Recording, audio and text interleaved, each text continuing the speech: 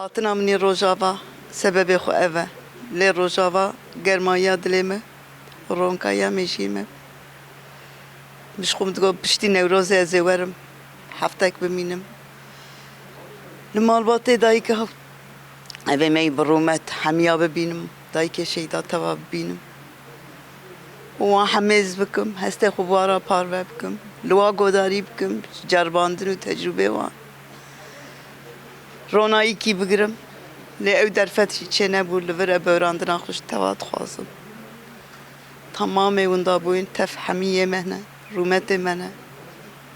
Rojava bi axa xwe piçûk e. Lê bi kirinê xwe, sekna xwe, vîna xwe, îrada xwe gelek mezin e girê hemî Kurdistanê de. Hevalê Salih jî bi çavê xwe dî ku yekîtiya gel çêbû. Belev em hêta negîştibin azadiya xwe jî. Yekîtiya gel wê hêviya azadiyê bi me tevara mezin kir. Ji ber wî ez bê mawira te axirê be hevalê. Tu bêwext çûyî, tu zû çûyî. Lê ez bawerim rêheval û ciwanê Rojava tiştê ku hevalê Salih Mislim dixwest bike, ew ê hemî ji xwe re bikin weka nasname û di wê rêyê de bimeşin.